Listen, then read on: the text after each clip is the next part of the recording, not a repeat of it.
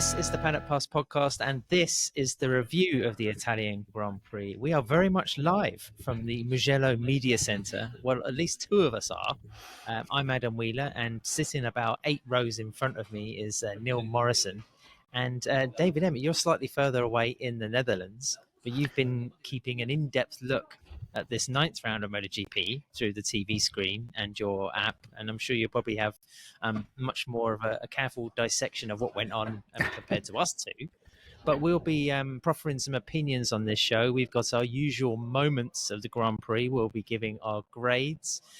We also have our hire and fire categories, who sort of, is in consideration for future employment, according to the Paddock Pass podcast crew, and who we should cruelly discard, I should say. And then a couple of other things as well. We're going to be talking about some of the Patreon questions, our sort of subscribers and listeners, their inquiries they send to us online. We'll be going through them. So plenty to talk about today in what has been pretty much another celebration of Ducatiism. I should say that. Dave, first of all, let's just start off with our moments. What struck you most from this 39th Grand Prix at Mugello? Well, I'm going to start off with an honourable moment of Aaron Canet in Parc Ferme after a fantastic battle with Diego Moreira, doing the old Mad Max, if you want a war, I will give you war, which I enjoyed greatly. But I'm not going to do that. What I'm going to give is Davide Tardozzi going up to the crowd and trying to get them to stop booing Marc Marquez because he's pointing to his shirt saying, look, he's red, he's a Ducati rider, and forgetting that the people there are not there for the Ducati, they're there for Valentino Rossi, and there is there's a lot of pain there which was still not there. And I thought it was brave but futile by Davide Tardozzi, and it made me smile. I think in the press conference, Mark mentioned it and said, at the same time, said, Tardozzi is a great team manager, always stands up for Ducati riders, whoever it is. Yeah, you have to admire the effort, but perhaps whether it was somewhat in vain, that's another thing, because Neil and I were talking about this on the Paddock Note Show. Just a quick plug, if you're not a Paddock insider or expert or VIP on our Patreon channel, then you've missed the daily wrap-ups. So, sign up and go back to listen to those. But we were saying that, for the first time, Marc Marquez in a number of years hasn't really had to have a bodyguard presence. And there was maybe a little bit more love for him. But we'll get on to Mark in a moment. Neil, what was your moment from the Grand Prix? Didn't need to have a bodyguard, yet that Hulk Hogan lad still was wandering around here in a Marc Marquez shirt, I'd like to point out. It seems whenever in a bandana. He's not too far away. My moment was, I think, 3 laps into the race. We had, the result was a tad predictable, I guess, in the end, and it all spread itself out a little bit in the closing laps, but the first 9 laps were absolutely fantastic. It must be said, it kind of reminded me a bit of Sepang last year, where we had this frenetic start and everything seemed to be kicking off, but then it kind of settled into a rhythm and sort of died down a little bit from there. But the first exchanges were brilliant. Pecco was attacking right from the start, and then there was this moment when they were coming through turn 5, I think it was, Borgo San Lorenzo, when he touched the rear wheel of Marc's bike. He nearly high-sided out of his seat, and Alex Marquez had to ride around the outside. And at that point, there really was a sense that this could go badly wrong for 1 or 2, or if maybe all 3 of the lead trio that were fighting at the front. It really was quite spectacular and hairy. Sadly, that bit from Pecco, that was kind of short-lived.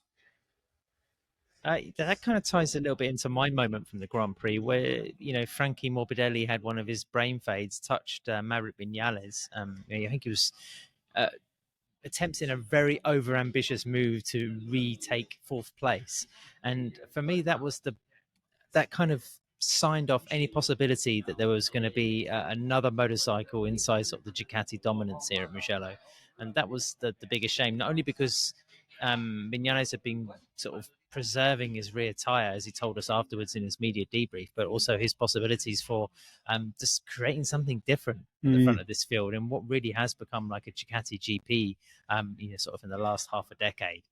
So that was both bit of a dramatic moment, but also something I thought was quite pivotal towards the ultimate ranking. I don't think he would have gone on to challenge Marc, but I think he would have perhaps he would have taken Pecco. He probably would have had a battle with Diggia and Antonio, but then also, maybe could have had something for Alex Marquez. I don't know. Yeah, and he also cost a lot of people who had him in their fantasy team a lot of points. So yes, I'm very much anti Franco Morbidelli at the moment because Maverick had a fantastic weekend, or was going to have a fantastic weekend until someone got in the way. Yeah, I had Franco and Maverick in my team, but we'll give an Alpine Stars Paddock Pass Podcast Fantasy League update later. There's like a new little section I introduced to the podcast, guys, and that's like a flavour of the Grand Prix. It's just to give some context to listeners, about what we thought or how we were kind of experiencing this particular race, because I think it's important before we get into some of the meat and bones, if you like, of the results and the narrative from what happened today. And Neil, what was kind of like your overall impression of being here? It was hot, I could say. Very, very, very sweaty. The villa we were staying in over the weekend didn't have any air conditioning. So I'm kind of looking forward to going to the Netherlands tomorrow so I can cool down a little bit.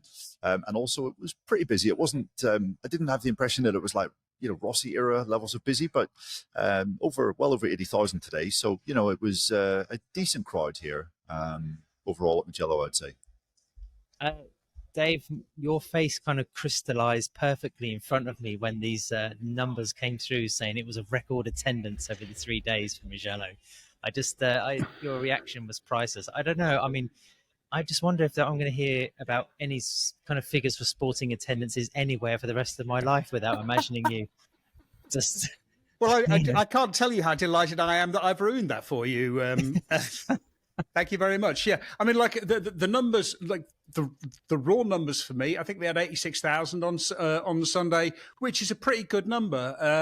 We have had more, but you do have to go back to, I think, 2018, and then sort of the because I've only got numbers back to about 2006. But this was. We have had 100,000, 90,000, but this is better than it has been for certainly the last 10 years or so. So yeah, I mean, it looked busy, it looked good, and because I'm at home, I think this is the first Mugello I've missed since, or I might have missed maybe the first one back after the.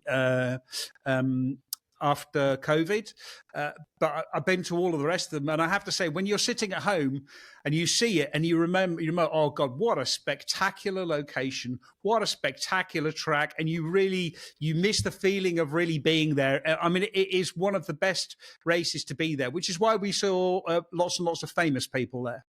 Yeah, I echo what Neil said about the temperatures. It was really hot on Friday and the humidity was high. It felt like there were a lot of bugs around. I mean, this race is slightly later in the year than it's been for a couple of years. But I think the thing that stands out most for me was that, it was back to sort of pre-pandemic levels of vibe and atmosphere. I mean, Diggia, again, in his media debrief on Thursday, was saying that he hopes Mugello we'll see more kids, more families, more people anticipating an event rather than just rolling up thinking, oh, this is our chance to see Valentino Rossi for the year.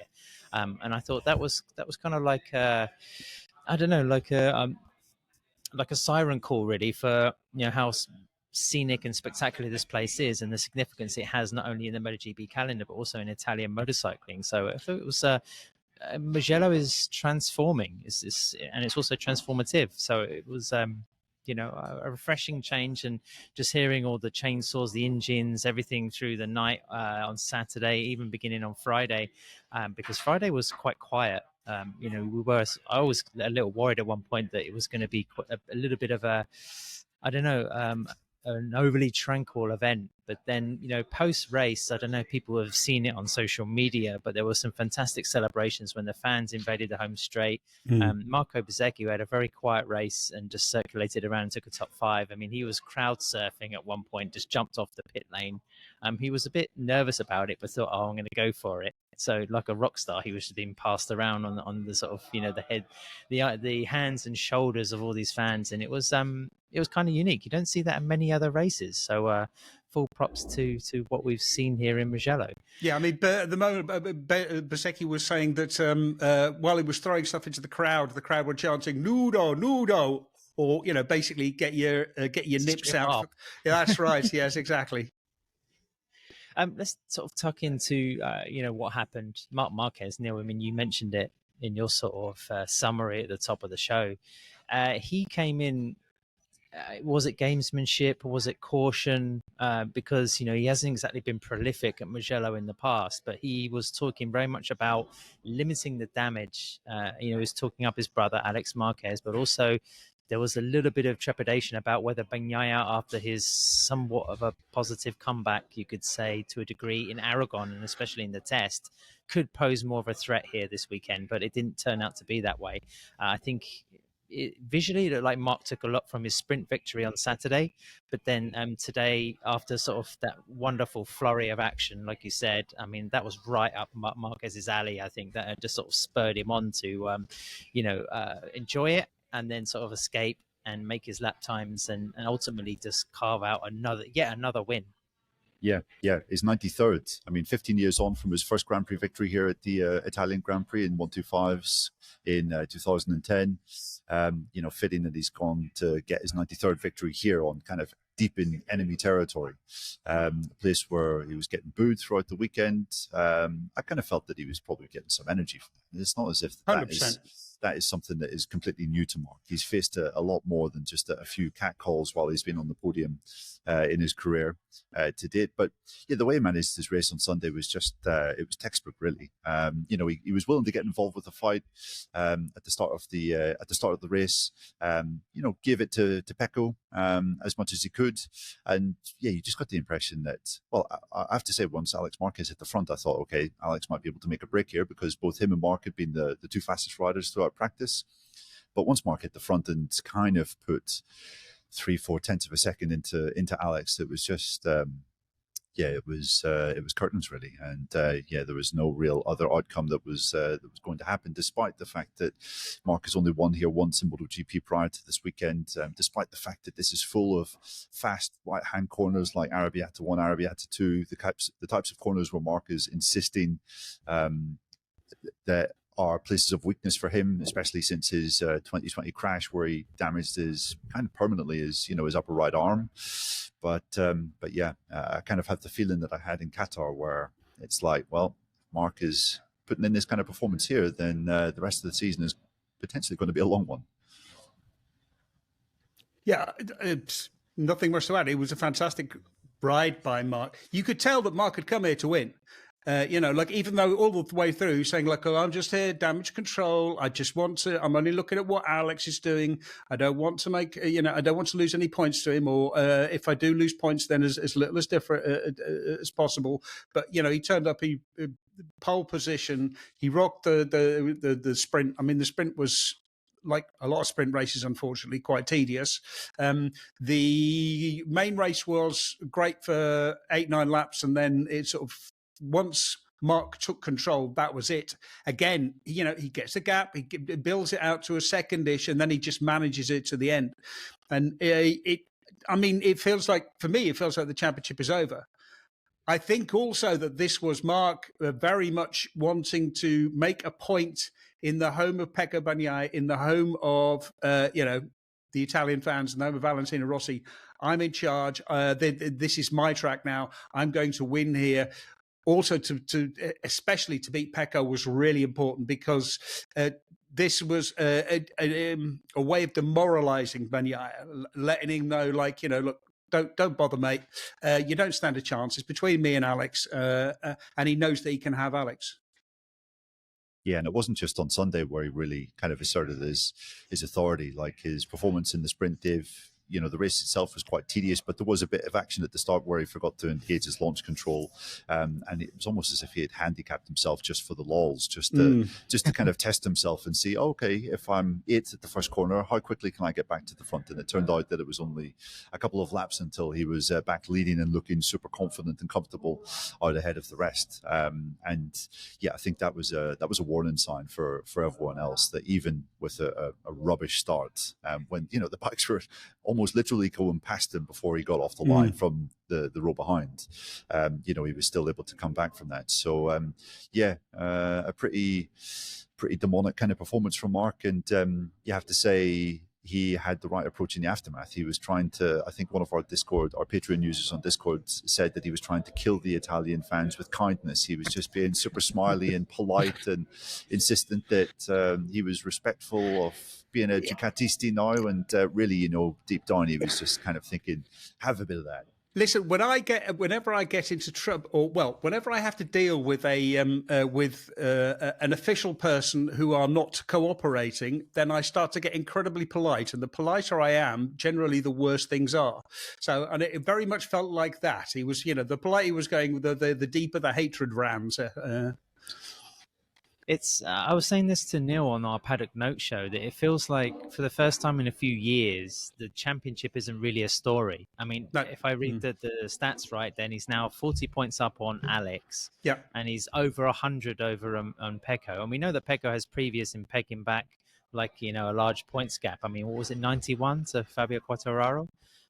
But still, I mean, this was another statement, and Bagnaia kind of really...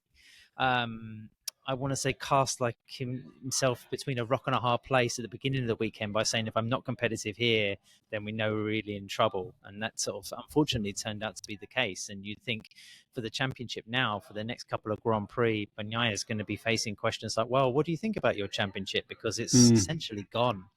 So 2025, you could say is the year of Marquez, or it's the year of the Marquez story, the Marquez family even.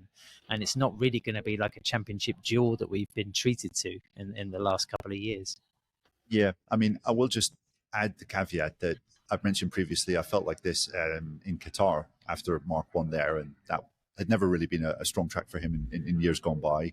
Yet after that, we went to Jerez, where he crashed out of the race. He didn't win at Le Mans. He had a bit of a rough weekend by Marc standards at Silverstone. So, you're never exactly too sure what's around the corner. And Assen hasn't always been a Marquez track in years gone by. So I don't know. But yeah, generally speaking, you have to say that, the championship's as good as done. Yeah, I mean, it's sport, isn't it? I mean, Marc, even sort of watching the last 3 to 4 laps today in Mugello, there's that little feeling that he just could make a mistake and go down, and if that happens, then, once sort of human bone and flesh, makes contact with something pretty hard, then you never really can predict what's going to be the outcome. So, I mean, things can flip around, and we see it in motorsport all the time. This sounds like copium. This sounds like, sort of like, please God, send us some interest. There are 481 points left on the table, in 13 rounds. Pecco's championship is pretty much over, but it doesn't matter. Pecco, first of all, has to become competitive again. Alex, you would think...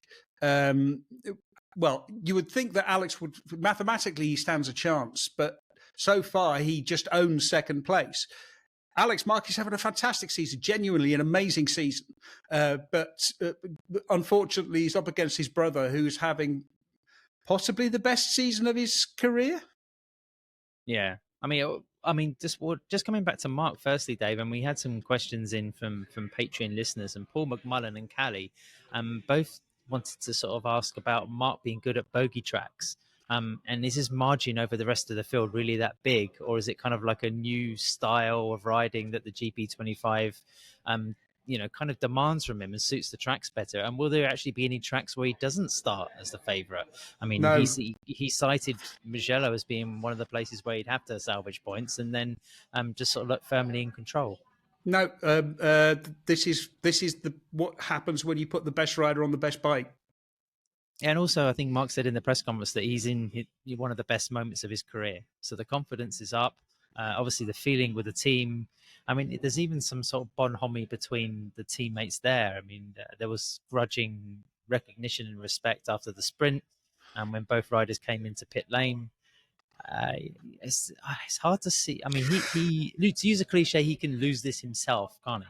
Yeah, exactly. No, like the only person he's run against is himself. And I think it is also interesting, the dynamic between the two. We were expecting fireworks between Pecco and Marc, but in a way, because Pecco has struggled so badly with the GP25, there haven't been the fireworks because he just hasn't been able, he knows he's lost. He knows that he can't do what Marc is doing. And until he can actually start to be competitive, feel comfortable on the bike and be really, really fast, that is the only at that point we might start to see some fireworks. Before we get on to Pecco, because there's quite a bit to talk about there. Alex Marquez, Neil, we were kind of hinting at this again on the podcast show over the weekend. Are we in danger of just kind of glossing over him because he's just sitting almost unthreatened in that second place? So he was really strong in the race today. He really he waited, he was patient, he took advantage of the two factory Ducatis ahead of him squabbling a little bit, and when he managed to, and he explained this several times post-race, when there was a moment for him to try and make a break, then he went for it. It wasn't quite enough to beat his brother, and it already seems like Alex Marquez by round 9 is kind of stuck in that position of being not quite good enough to dislodge Marc, but then clearly, in the form of his life, to be better than everyone else.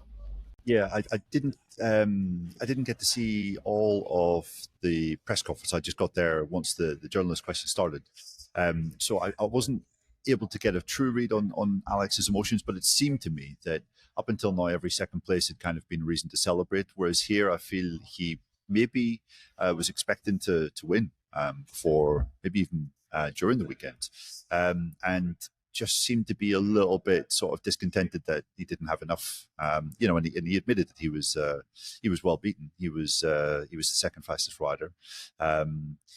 He tried to make, you could have said he played the start to perfection. He saw Pecco and Marc going at each other, and he said, "This is completely pointless. There's no real rhyme or reason to this because you're just going to be using and abusing your front tire." I think the front tire was the limiting factor today, and temperatures were high. Race was actually very slow. It was around 18 seconds slower than it was last year, because the temperatures were about 12 degrees higher than they were in last year's race. And yeah, you kind of thought when Alex made that break that, yeah, okay, he's played this to perfection, but yeah, ultimately had no answer. And yeah, I mean, it's one of those situations, if you'd said to him at the start of the year, Alex, you're leaving Mugello just 40 points back at the championship lead in second place and you're 60 points clear of third, you'd absolutely be loving life for that. But the fact that this is the fourth time that he's been second to his brother in a Sunday race, Saturday was the 8th time that he was second to his brother in a sprint, which is just absolutely remarkable. And the other time that he wasn't second, he was first and Marc was second. So like how they're kind of maintaining that run is just absolutely ludicrous. But yeah, I'm not sure if you guys felt that Alex was just a little bit pissed off that second was all he could do today, whereas previously it was like, this is brilliant. This was the most I could do. Yeah, I think he's getting to that point, Neil, where he's getting tired of it, and he's also getting tired of the inquiries about kind of letting Marc win or not wanting to race him hard. I mean, that was another question we had in from patrons. I mean, Joel and Callie saying, is Alex going to have to start racing Marc harder if he wants to seriously challenge for the championship? I mean, Alex is saying over and over and over that, and also he knows Marc Marquez better than anybody else, that he's doing what he can. And he said sometimes when a rider is faster than you, there's not much you can do.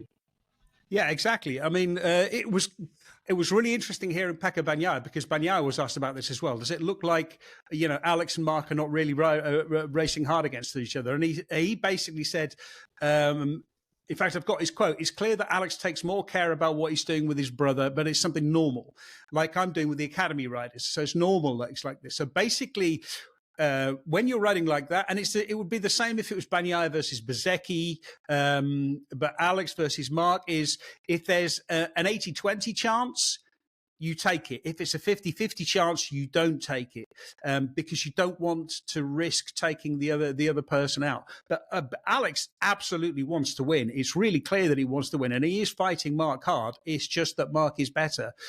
He's up against his brother.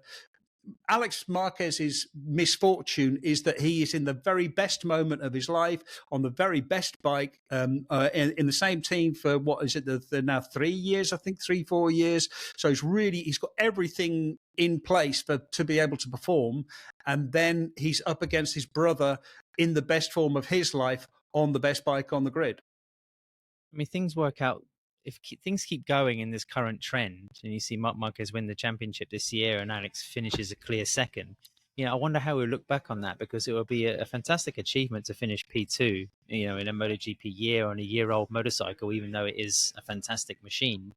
But then, what do you think? If only Marc hadn't been there, then that would have been my shot. Yeah, but if some butts were candy and nuts, every day would be Christmas, as they used to say. But Yeah, I Maybe mean, and he will have bragging rights. He will be able to say, "Well, yeah, look, Mark, you were in a factory team on the factory bike. You were getting the upgrades. I was on the GP24 on the old bike in a private team. So actually, I did better than you." yeah, we can maybe just send Alex down to the Yamaha box and introduce him to Andrea Dovizioso and say, maybe this guy can tell you how to deal with this, because it's not as if he's the first person that is frustrated by the number 93 just being present on the grid. Let's talk about the former king of Mugello. I mean, Pecco Bagnaia had won like 5 out of 6 race starts at the track, and I thought he was brilliant in the first half of the race. I mean, he clearly isn't at home with the configuration of that GP25, but he thought, clearly, fuck it, I'm going for it. He said also he was motivated by the support of the crowd. I think it was probably the noisiest I've heard sort of the Mugello public for Pecco. It's almost as if they sensed he was some sort of underdog, or they wanted to lift him in some way. I thought, you have to give full credit for the way that he was racing and the way that he was taking the fight to the Marquez in the opening laps. But ultimately, he was a rider that had a lot of media attention right after the race, because we just wanted to find out what his state of mind is, what happened to him. And it was just ultimately disappointment again, Dave. Yeah, it was exactly the same as previous, really. And in fact, what he was saying is basically you can use for the front for the first 6 or 7 laps, and then it goes. And the reason he was trying to be in front is because if he's in front, we've heard this about the sprint races as well, and about the sprint fuel tank. When he's in front, he can ride the way that he wants to ride. He can actually, he can brake the way that he wants to. He can ride around the problems that he has. But you can't do that when you're actually battling with someone, or if you're behind with someone. And especially today, on a day when it's so hot, and everyone was having problems with the front tire.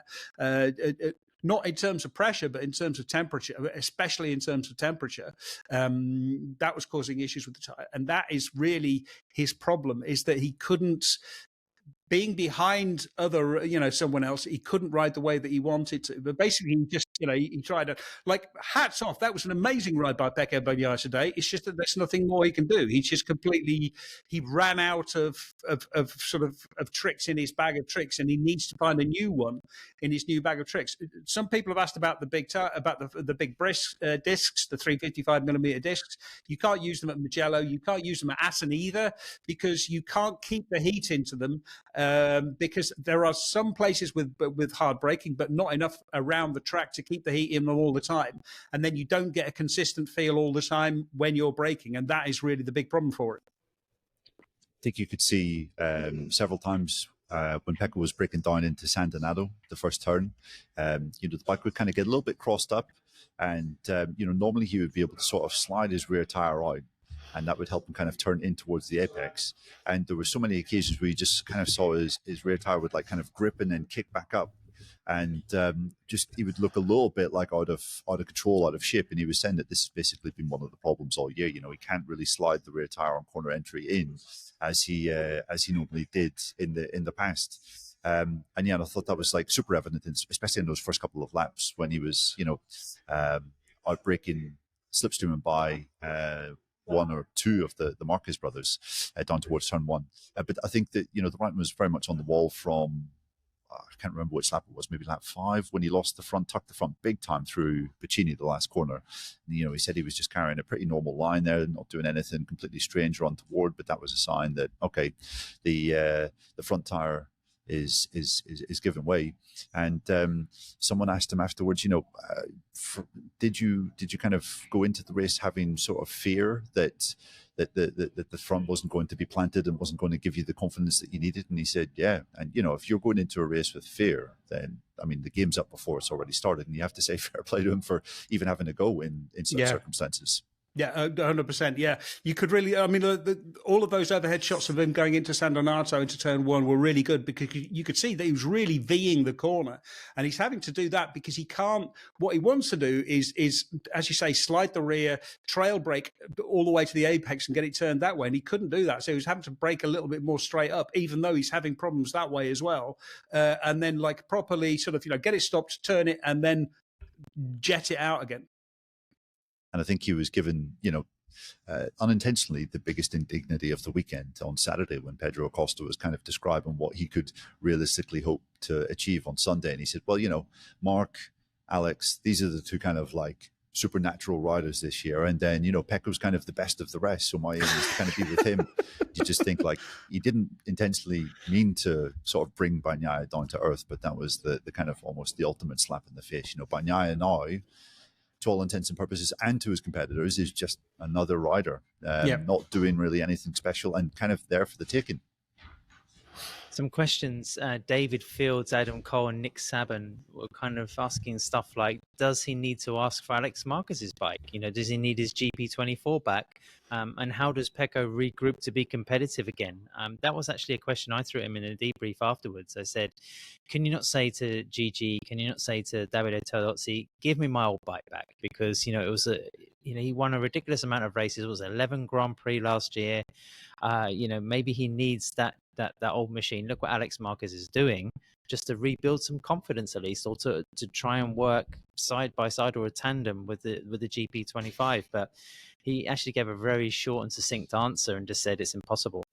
So whether Ducati don't have it, or they can't provide it, or it's not their policy to do it, I don't think they're quite so strict as the Japanese in that aspect. But going back is not an option for Pecco. Yeah, the problem is, the big question is, does the version of the engine which they're using in the current bike fit in the GP24 chassis? Tardozzi has said no. We don't know whether that's true or not. We just have to take them on their word.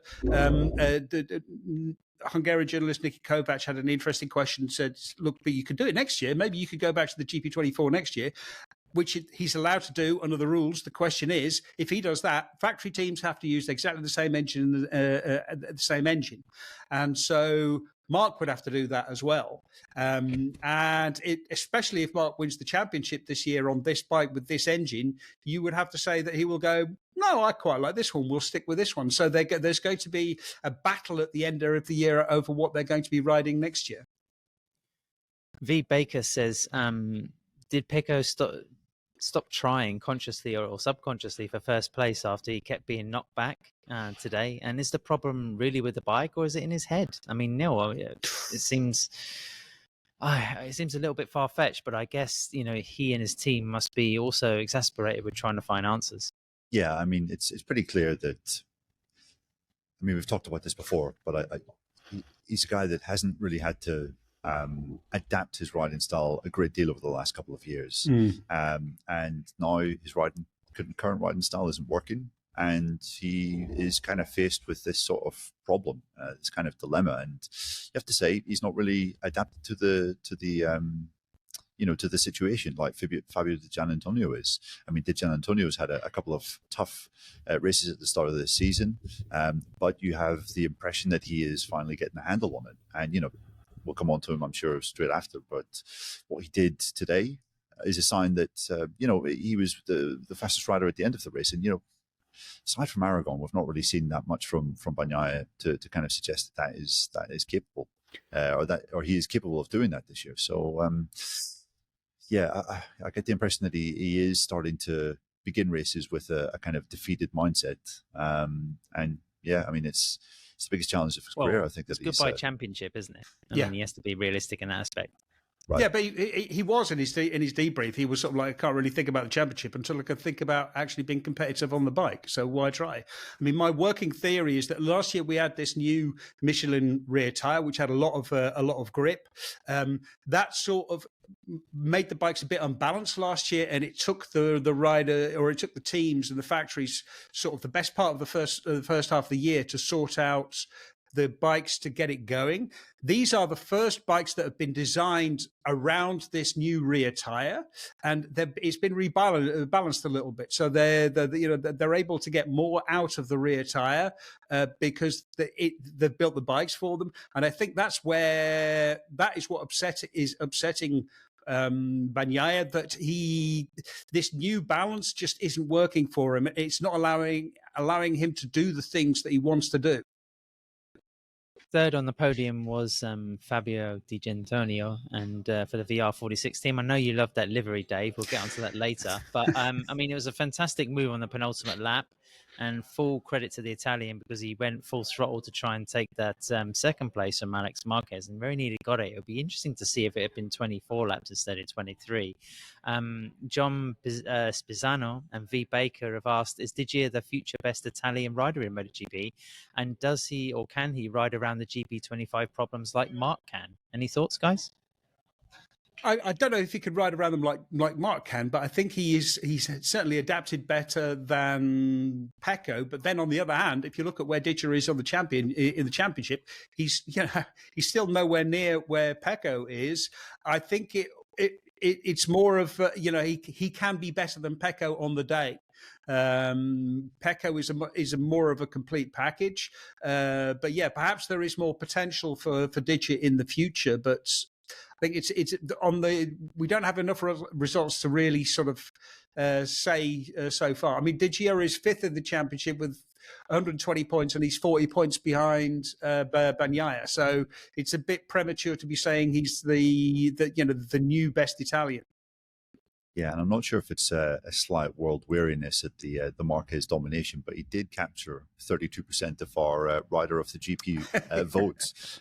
Marc only got 49%. So a lot of people loving Diggia's efforts today. I mean, it's pretty clear that his big weakness now is qualifying. He hasn't qualified higher than 7th in the last 5 GPs, and had he been starting on the front row and got away with those front guys, he definitely could have been fighting Alex for second. Could have been quite close to Marc as well, because his rhythm in the final part of the race was really exceptional. Was kind of on a par with Marc, even if you felt that Marc was riding well within himself. And yeah, at least we are seeing a kind of an improvement from him, like I previously mentioned, whereas Bagnaia, it's just kind of like banging his head against the wall.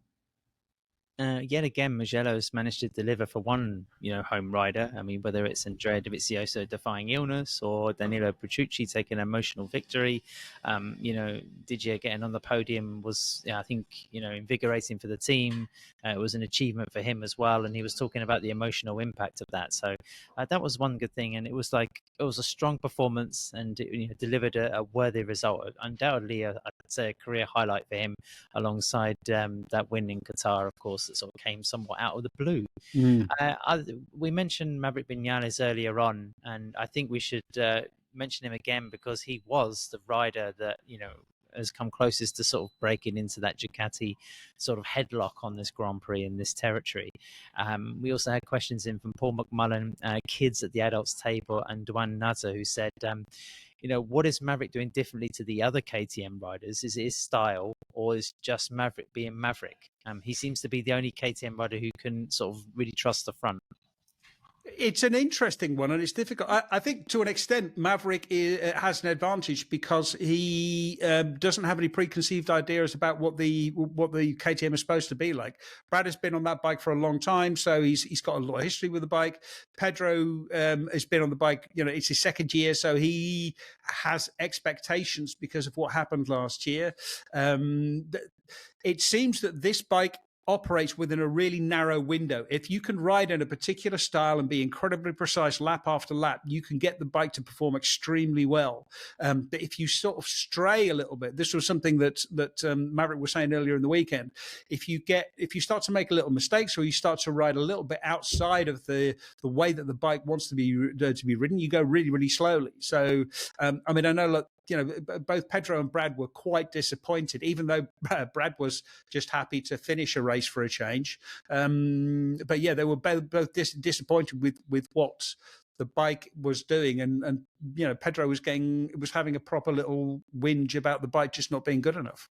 Surely not, Dave. Pedro. No, first time in history. Yeah, exactly. That's so out of character in recent times. I think Maverick and his crew chief Jose Manuel Cazoo and his team seemed to find a setting a couple of months ago. I think it was in Argentina. That basically allowed them just to kind of carry corner speed and give him a sort of planted feeling with the front end.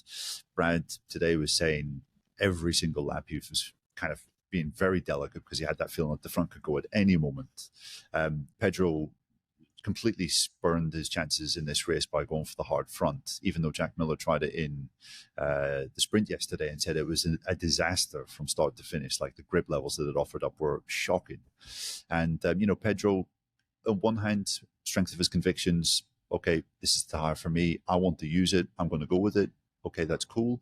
But when there's kind of overwhelming evidence to suggest that it's not the right choice, you kind of think like, mate, just, take some advice on board and stop being so headstrong. And he admitted pretty openly that it was the wrong decision. And Brad was saying they were together on track in today's race. Brad was saying that Pedro was like he was trying to do a different riding style every single lap. He was changing his braking markers, trying to find different ways to go fast to ride it, and just it wasn't working out. Maverick, by contrast, I mean, he had every right to be completely furious and pissed off at the outcome of today's race.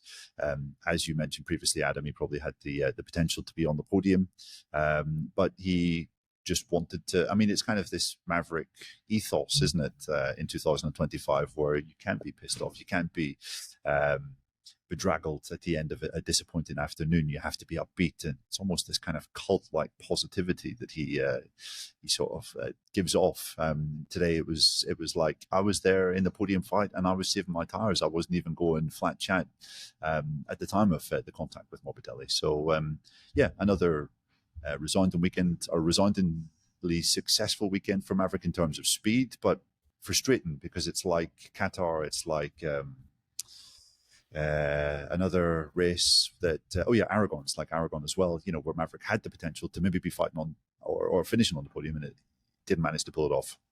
I mean, when he crashed and got up and he made that gesture to look at the visor, I mean, the Marquez brothers kind of giggled at that when they saw it in the that room behind the podium, where they have the sort of a kind of a recap of the race, and they like to listen or see the riders' reactions. It was kind of like the fiery Maverick of old. And I did an interview with him recently, and part of his kind of like calmness to life and his zen, he admits that when he has frustrating moments, he puts a timer on his phone and he kind of sets it at 5 minutes. And then he says, fuck everything, fuck my life. He just lets out all of his frustration for like 5 minutes and then, stops the counter and then moves on. And I kind of thought, well, you obviously learned that technique from somewhere, and it seemed to be very much in place by the time he spoke to us in the media, because he even described the incident with Morbidelli as like just racing. And it's hard to imagine him being quite so accepting while he was sliding through the gravel and like a podium has gone begging. No, well, there is actually scientific research that shows that swearing helps if you hurt yourself. So if you bang your thumb or whatever. So obviously, his little screaming and shouting sessions are extremely cathartic and are helping him. Are you fair for hurting yourself then, Dave? Yeah, about every 30 seconds on average. That's your excuse. Dave, who has the biggest tale of woe from the Japanese this weekend, do you reckon? I think it's going to be Honda, because they were just not competitive at all. I think the Yamaha had a right to expect to be competitive, but just had chatter.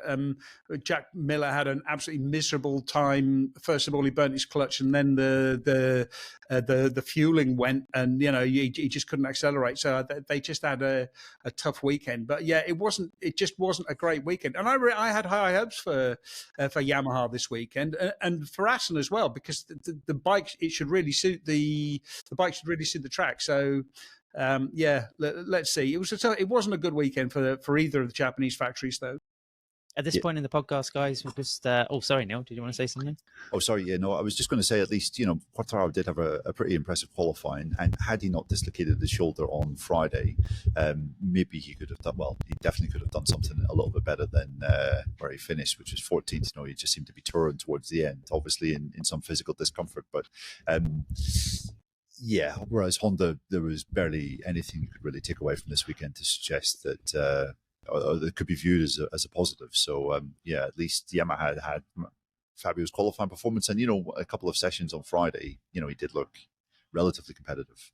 At this point, everybody, I'd just like to remind you that we're backed by rental.com. If you're after some accessories for your street bike, then head to rental.com, click on the street section, and use the Fit My Bike tool to work out what you need for the motorcycle that you have. Also, Pole Position Travel.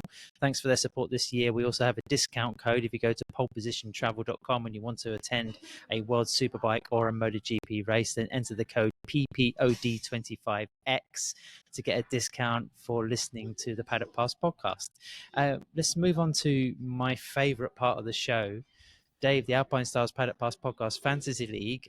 After my, I kind of feel like Pecco at the moment because I had a really strong Aragon Grand Prix, but selecting both Maverick and Franco Morbidelli as my non-Marquez riders for the team just sunk me. So please let me know the latest depths of my misery. Yes, you're behind me. That's what's happened. I had a similar I had a similar fate, but I didn't choose Frankie. I chose Alex Rins because he was who I could afford, which didn't prove to be a brilliant choice. But also Maverick Viñales. So Frankie, Frankie sunk my hopes. You're down in 242nd.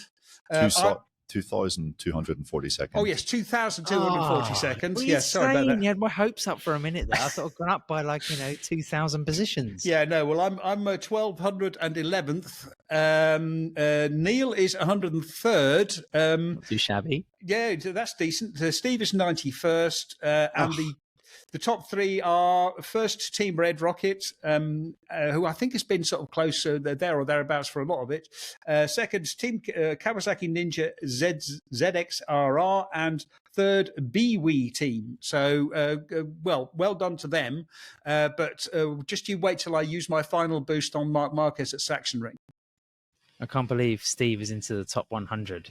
He's definitely that. I mean, he's stolen my elite hacker skills. That's what's happened. Well, thanks to our friends at Alpine Stars as well for helping us with that particular competition. We got well over 3,000 players in our league, so we will be rewarding the best virtual or fantasy team manager by the end of the season. And Neil, we also put out some questions on our Patreon channel. Was there anybody that managed to get the correct quantity of photos that Dave has sent of tiramisu over the last 72 hours? Yes. So how many photos of tiramisu did you receive over the weekend, Dave? I received one video of two people eating eating tiramisu. So thank you very much, Matt Dunn. Blocked and reported. I received one photo by email, by WhatsApp, and another three via on our Discord. So I was extremely tortured. Yeah, and that meant that Dasher correctly predicted the number of photos that you have received, Dave, and also Paul McMullen a shout out because he said too many, which I think is also the correct answer. 100%, yeah, which is the absolute correct answer because one is already too many. Yeah, and a quick shout out also to Dasher, Reese Childs, Rob Freitas, Arabiata 93, Martin Darlington, Callie, Tim Kendall, and Adam Cole, who all predicted the correct GP and sprint race winners this weekend at Mugello. And also, one of our questions was just how miserable is Pedro Acosta going to look on Sunday? And just want to mention TV Room Raccoon's answer. He will impress even Aki Ayo with his almost finished look of stoic misery, which is quite accurate. Yes, I only listened to the debrief. I didn't see the look on his face, but I imagine he was not the happiest bunny on the in the rabbit enclosure. Onto our hire and fire section. Dave, who are you going to hire first? Who I'm going to hire is Alex Marquez because he's having a fantastic season. He's so consistent. He's fast everywhere, every single, not just every race, but also every session. He is always close to the front. He always has good, he has good pace. He has a good single lap speed. It's unfortunate that he's always good enough for second, but he's just having He's just really having a superb weekend. Neil?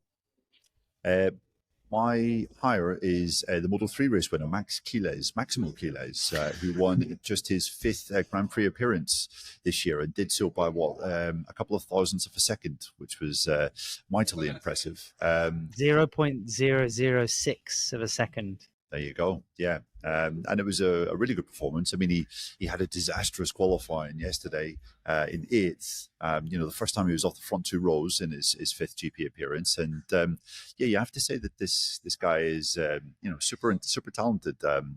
TV Room Raccoon let us know that only 9 riders have won a GP in less appearances than Max since 1989. So that is quite some going. it was quite fitting that he did it here at Mugello, because 1 year ago he kind of left the Italian Grand Prix in disgrace. He picked up a 2-race ban for weaving on the front straight. On the exit of the final corner of the Red Bull Rookies race, he caused Rocher Mugello to crash in it. I mean, he really could have killed Mugello. It was a frankly ridiculous kind of bit of riding, and he was punished pretty hard in the kind of correct manner. It needed to be sat out for a couple of races, but he seems to be a smart lad. Spoke to him after the race. His English is really, really impressive, and he did say, that was necessary. I needed that to kind of reflect on how things were. And he did mention after the race also that he wanted to make progress in the final couple of laps in the safest way possible. So he was almost kind of trying to make a point that he was being very careful of the riders around him, even though it didn't necessarily look that way whenever we were watching on the TV. Yeah, I'm a good boy, honest, said Murder Max. Yeah, he has some pretty impressive mentors as well with, Alex and Marc Marquez and their whole management agency. So he's definitely on the path to sort of prominence in Grand Prix if he keeps up this trajectory. And quite mental, that the scene of his first pole position, Aragon, was the same as Marc. The scene of his first podium, Silverstone, or the British Grand Prix, Marc's was Donington, was the same as Marc. And the scene of his first Grand Prix victory, Mugello, was the same as Marc. So quite spooky, the kind of how the trajectories seem to be mirroring one another. I'm going to take another hybrid hire and fire nomination, guys. I'm going to say Pedro Acosta. We were kind of hinting sarcastically, at some of his current demeanor. But I would hire him for the obvious reason that he, behind Marc Marquez, probably still has the biggest bucket load of talent in MotoGP. I mean, 2 titles in 2 different classes in 3 seasons speaks for itself. His rookie year last year was, magnificent, as we said numerous times. But, the fire aspect comes through just, I think, the general malaise or the attitude, I should say, to the job in hand, because he's a factory rider. If he was still kind of in a satellite setup, I think he could be throwing his toys out the pram saying, I don't have the tools. I just don't have the resources to do what I want to do. But part of his job remit, maybe whether that's 20, 10, 5, 2%, is to develop the motorcycle and make it better. That's part of his responsibility. I don't think you can constantly say over and over, I need a better bike. I want a better bike. You have to sort of sit down, churn the numbers, go through the data, do the analysis, and try to make that happen. Yeah, somebody like Marc Marquez can do it, and you do have people like Danny Pedrosa and Polo Spargaro who are also working on it. I mean, you have to sort of tap into every single possible kind of font of information or input there is there to try and make that bike better. Yeah, it really feels like he's just phoning it in. It's like he really just can't be bothered. He's going through the motions. What about your fire, Dave? My fire is whoever designed the VR46 livery, because Here we go. It was absolutely minging. It reminded me of the awful 1996 or sort of mid-90s. There was a time where people were doing turquoises and fluorescent greens and God knows what else on bikes and on leathers and stuff.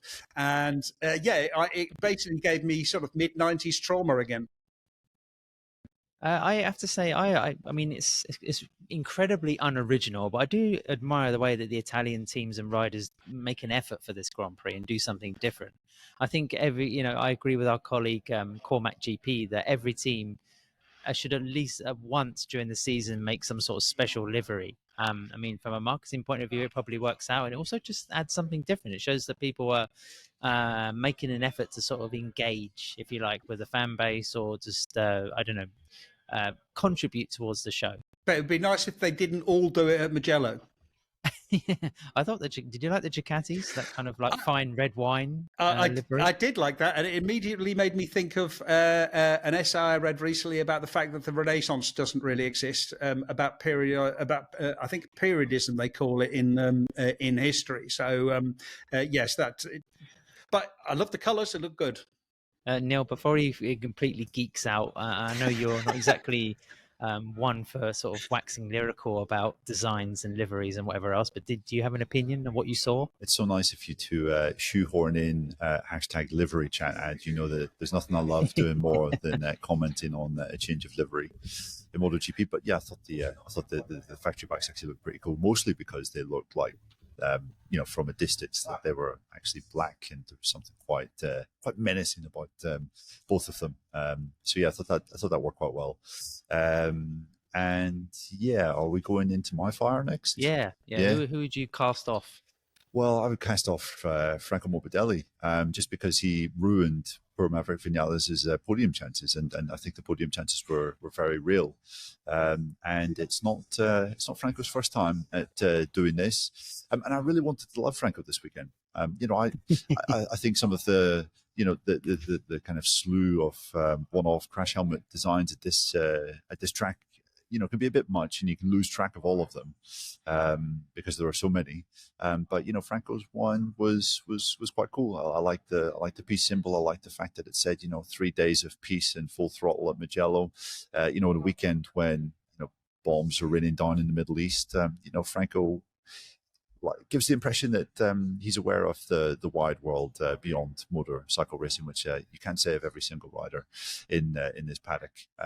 However, I thought it was a wildly, overly ambitious move, and it kind of took away a bit from the spectacle. Plus, he really was in no real sort of mood to apologize or come across all as if he was very sorry, repentant for what he had done. So Franco, go and have a long, hard think about what you did today. Yeah, the irony of all the kind of hypocritism, really, of saying, he's preaching peace, and then he just completely annihilated one of the KTMs. You just got to love the character conflict. Dave, Lynn Biggs and Hugo Dillamont asks, is Frankie really a menace, or is it all circumstantial? And was a single long lap penalty enough, even though he did sort of fuck it up? No, I mean, the thing is, he's starting to get a record, and so yes, he is a menace. He gets complained about a lot more often than other riders, and he does seem to be involved suspiciously a lot. Is a single long lap enough? I don't know. Maybe a double long lap, but maybe it didn't matter. Well, it didn't matter in the end, but maybe it doesn't matter because you can rely on Frankie to do something a bit unpredictable, fuck up the long lap penalty, and then he has to go and take it again. Yeah, give himself a double long lap. Yeah, but I mean, the thing is, these are supposed to be instructed. They're supposed to be, the riders are supposed to learn, and I don't think that riders are going. He doesn't appear to learn. Yeah, there was a kind of karma, really, in the fact he had to do it twice, but he still had a half decent race result. I mean, I think if Viñales or one of the KTM riders had finished in that position, they would have been like, well, another kind of step in some sort of way. It was better than, any other result that a KTM rider achieved. So, yes, Franco Morbidelli, the enigma, is strong. Great for the Grand Prix. I'm going to say 8. Weather, people, atmosphere, decent food, pretty decent racing, an immense racetrack. You do kind of almost want to watch the action through your fingers. I think that was especially true of Moto3 today.